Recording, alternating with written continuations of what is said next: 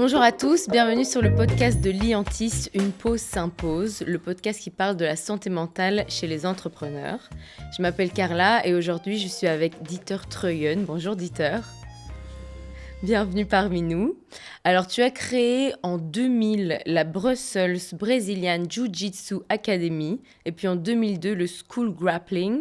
Est-ce que tu peux nous expliquer c'est quoi ces deux projets ? J'étais un animateur de jeunes à Molenbeek et puis je voyais que beaucoup de jeunes aimaient bien le sport et le sport c'était devenu un outil pour atteindre le jeune, pour travailler avec le jeune. C'est un outil, un moyen disons pour travailler avec eux. Et puis j'ai démarré un club de sport. J'avais la possibilité de le faire professionnellement parce que au niveau professionnel je devrais mettre les jeunes de Molenbeek au sport. Puis j'ai remarqué assez vite qu'il n'y avait pas de club de sport, il n'y avait pas de club de sport néerlandophone, il n'y avait pas de club de sport pour les tout petits, et puis j'ai démarré. Et comme mon salaire à ce moment-là était payé par la communauté flamande, alors je pourrais vraiment me spécialiser dedans. Et alors, du coup, j'avais assez vite différents groupes d'âge et je développais une propre pédagogie qui s'accrochait avec laquelle je pouvais m'accrocher aux jeunes. Et c'est de développer ainsi de suite. Et puis, à un moment donné, mon travail s'est arrêté parce que ça a été... comment on dit ça, ça a été repris par la communauté flamande au niveau des administrations. J'ai refusé d'y aller parce que c'était pas clair qu'est-ce qui allait se passer. Et là, j'ai démarré moi-même avec le club et j'ai continué. C'est devenu un club de sport social, une entreprise sociale sportive qui utilise le jiu-jitsu pour construire la société, disons. Voilà. Et après coup, c'est devenu un système, un écosystème. Ça veut dire que nous formons nos propres moniteurs, nous formons nos propres staff, nos propres... Et actuellement, nous avons 13 VTE, 13 équivalents temps plein. Voilà. Le souci pour moi, c'est surtout le fait que quand tu poses à Actiris, tu dis j'ai besoin de quelqu'un pour les finances, etc. Actiris me dit faites pas, on va vous envoyer personne. Parce qu'il n'y a personne sur le marché du travail. Alors ça, c'est le souci. Ça veut dire que ça se développe de plus en plus, mais je ne trouve pas le personnel qui est diplômé. Alors ça fait que maintenant, on doit le former nous-mêmes. Il faut savoir que chez nous, on le fait, toutes les personnes qui y travaillent, ils ont tous démarré avec des projets d'activation. Article 60, on Activa, en First, tous les projets d'activation, on a utilisé pour faire démarrer les jeunes. Alors, pour mon souci mental, le problème, c'était surtout qu'à un moment donné, la recherche d'organisation, elle était tellement devenue vaste que je devrais trouver des fonctions de staff en plus. Et ça, c'était très compliqué à trouver. Et alors, à un moment donné, je me suis dit, je vais m'arrêter. Parce que tu t'en sors pas. Parce que je dois développer... Alors, je dois former tous ces jeunes-là qui ne sont pas diplômés dans fonction AGR, dans tout ce qui est operations, dans la vente, dans l'organisation, dans les finances. Et ça, c'est une mission très compliquée. Mais en même temps, on doit dire c'est qu'on est une des entreprises, je pense, les plus diverses. La moitié sont des femmes qui travaillent chez nous.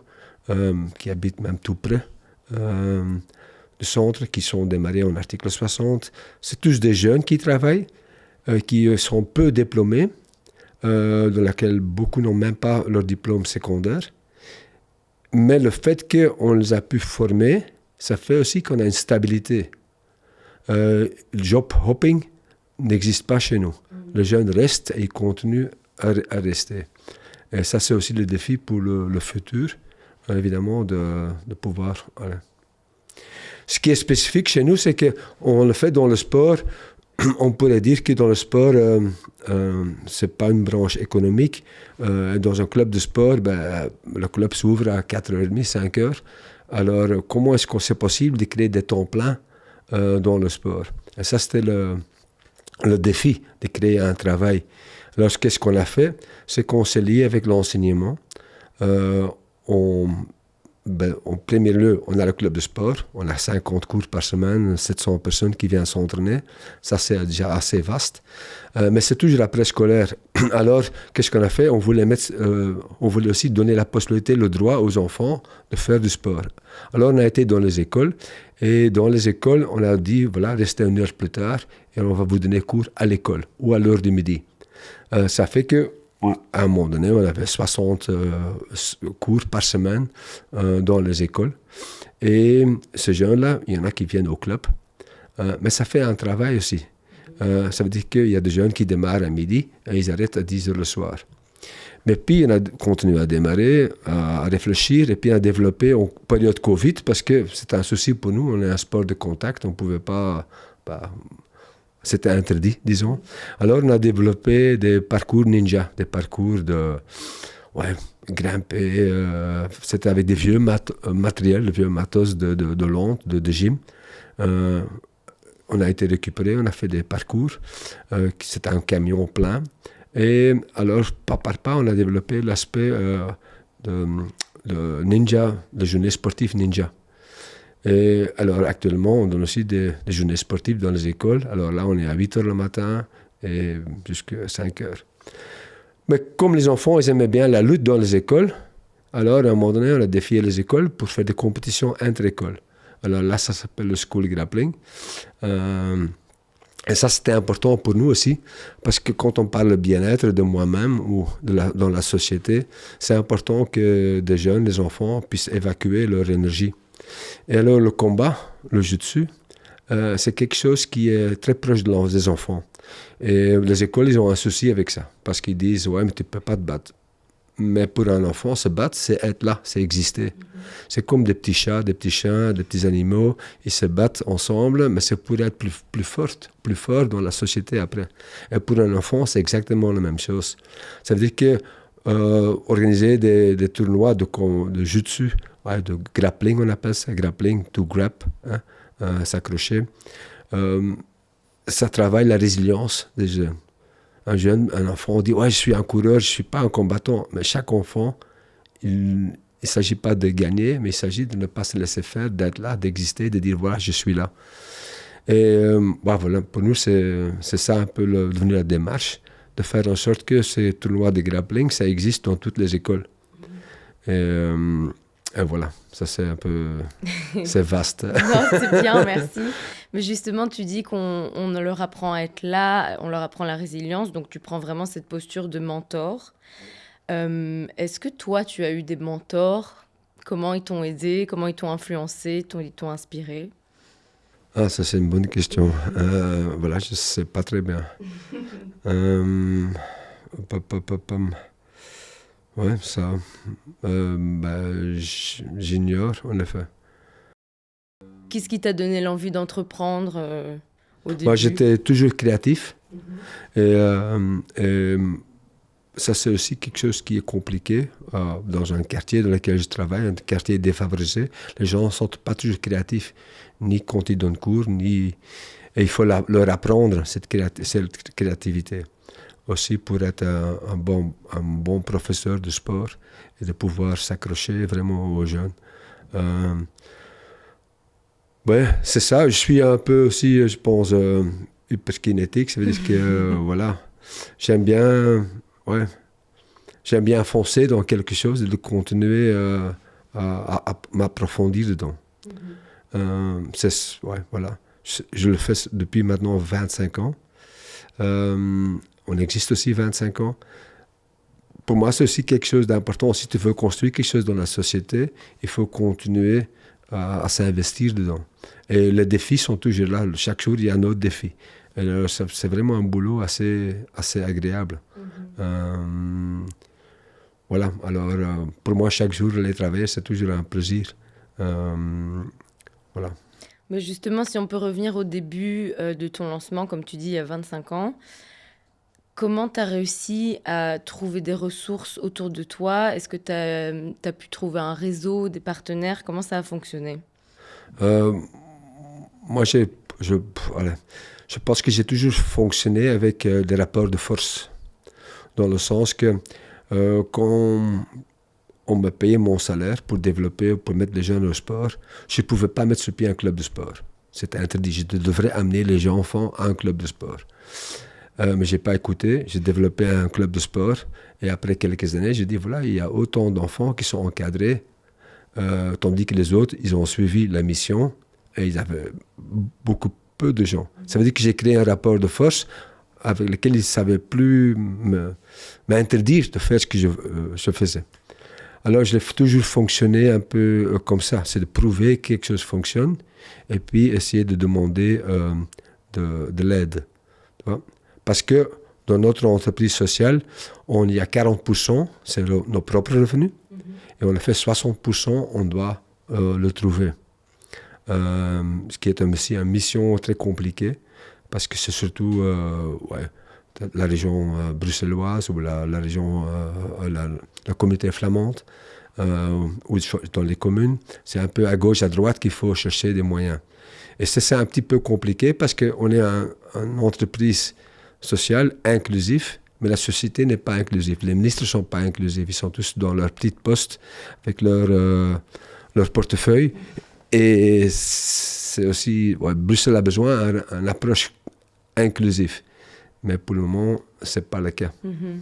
Et tu parles de demander de l'aide autour de soi, qu'il ne faut pas hésiter. Est-ce que tu as un conseil à donner à d'autres entrepreneurs qui ont besoin d'aide mais qui n'oseraient pas aller demander? Comment on fait ça quand on démarre et qu'on est tout seul? Ben évidemment, moi j'avais la possibilité de faire ce que je voulais au moment où on payait mon salaire. Ça me donnait la possibilité. Il faut chercher un tremplin. Je pense que vraiment partir de rien, c'est très compliqué. Il faut chercher un tremplin quelque part qui te permet d'avancer et de montrer ce que tu as en tête, que ça fonctionne. Ça, je pense que c'est quelque chose d'important. Pour moi, la diversité, c'est aussi une richesse, c'est le futur. Pour une entreprise, c'est important d'investir dans cette diversité. Ce qui est aussi important, c'est la question de femmes. Nous, on active des femmes, par exemple, en article 60, qui ont besoin, disons, qui ont des enfants, beaucoup de personnes divorcées à Bruxelles. Et on active ces femmes et on voit qu'ils sont très stables dans le travail. Mais les enfants sont là. Alors, on trouve des solutions. Tu vois, il y a des moments qui donnent cours, mais les enfants, ils viennent avec au moment qu'ils donnent cours. On s'organise, il y a des moments qui apportent même les enfants qui travaillent jusqu'à 8 heures le soir parce qu'ils font l'accueil, ils font les abonnements, mais les enfants, ils viennent avec. Tu vois, on trouve des solutions pour activer les mamans. Et ça, c'est quelque chose de spécial parce que je trouve qu'à ce moment-là, ils ont de nouveau une vie. Ça leur donne de nouveau une vie. Voilà. Et là, on voit aussi qu'ils sont très entrepreneurs. Parce qu'à Bruxelles, tout le monde a quand même, d'une autre façon, appris à se prendre en main. Même si on est au CPS, le CPS ne suffit pas pour survivre. Il faut trouver des autres choses pour compléter. Et alors, on voit que dès qu'ils sont engagés, cet entrepreneuriat, ils le prennent avec. Et alors, on les stimule. Ouais, je ne sais pas si... C'est très bien. Mais du coup, maintenant, j'ai plus une question globale, on va dire. Il y a beaucoup de personnes qui considèrent les arts martiaux comme une philosophie à part entière. Et cette philosophie, comment tu l'appliques, toi, dans ta vie personnelle et professionnelle? Je pense qu'il y a un moment donné que les arts martiaux, c'était un truc du Moyen-Âge. C'était un truc de la féodalité aussi, que... Moi, je t'ai formé, alors toi, tu me suis, même si je ne te paye pas, voilà. Ça, pour nous, ça c'est fini. Chaque personne qui vient m'aider, il y a des enfants qui ont 15 ans, qui viennent aider, ils reçoivent chez nous 5 € à l'heure pour venir là. On donne un contrat d'étudiant. Voilà. Cet aspect de féodalité, on n'est plus là. La discipline, beaucoup de parents veulent la discipline, tu vois.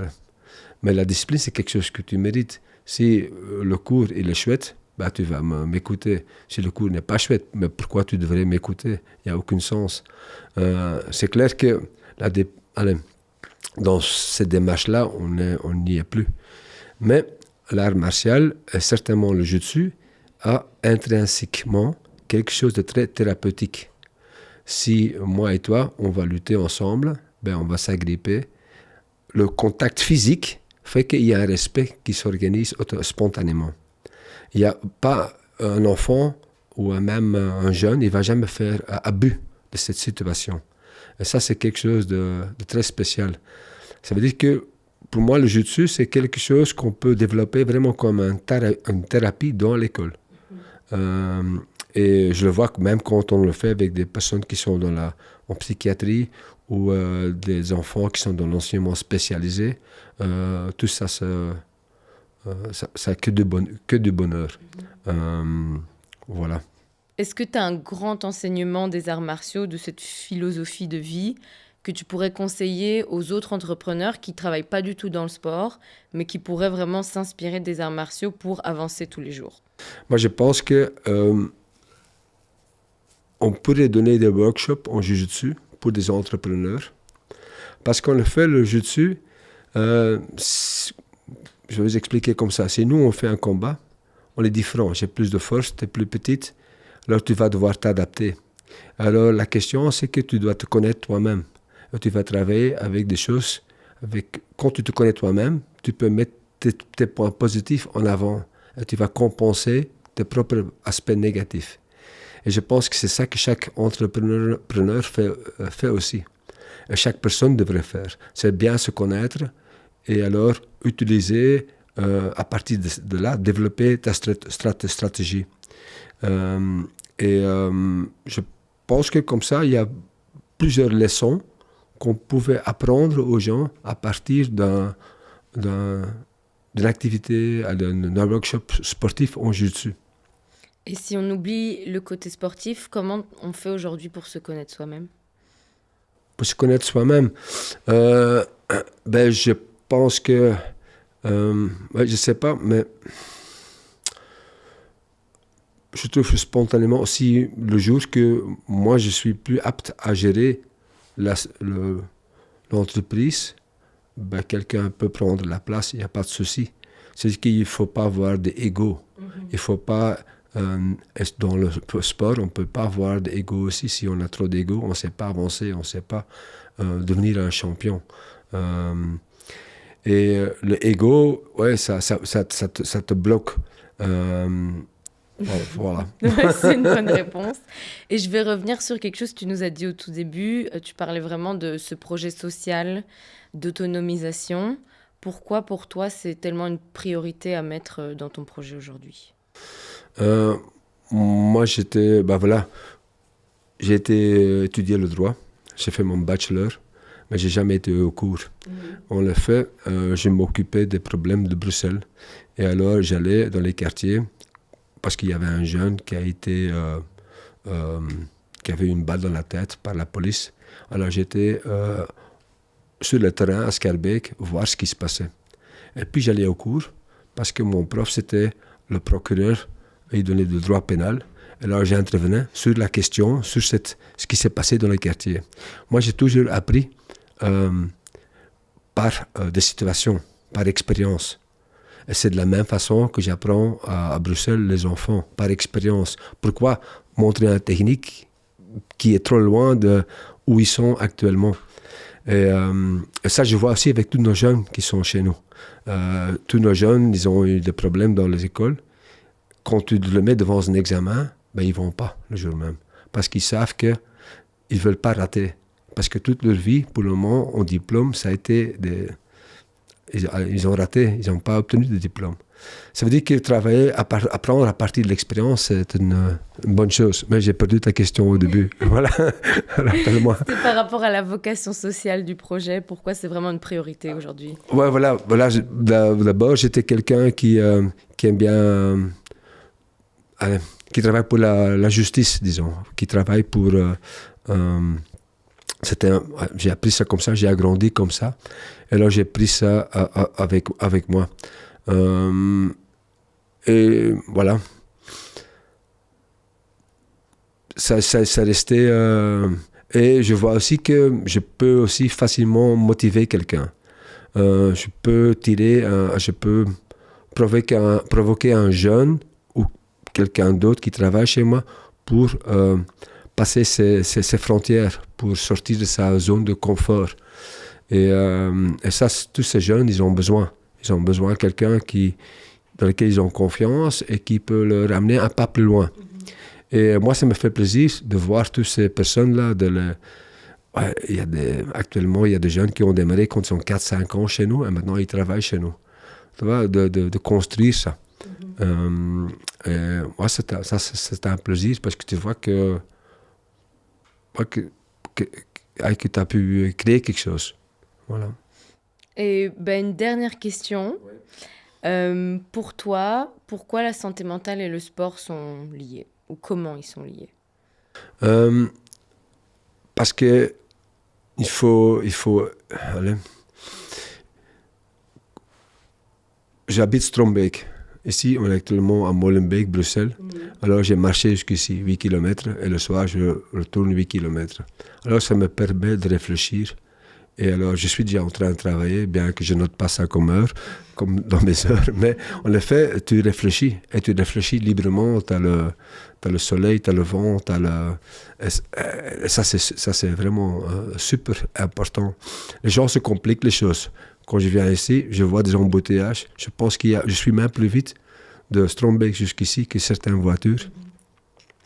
Alors, et puis après, tous ces gens-là, ils vont aller au Basic Fit et ils sont de nouveau dans l'embouteillage. Tandis que s'ils marcheraient simplement vers leur travail, ils ont l'esprit libre, ils ne sont pas énervés, ils peuvent démarrer leur journée à l'aise et ils ont moins de poids aussi à porter. Voilà. Merci beaucoup pour tous ces enseignements et très bonne continuation pour la suite. Merci. Merci. Voilà.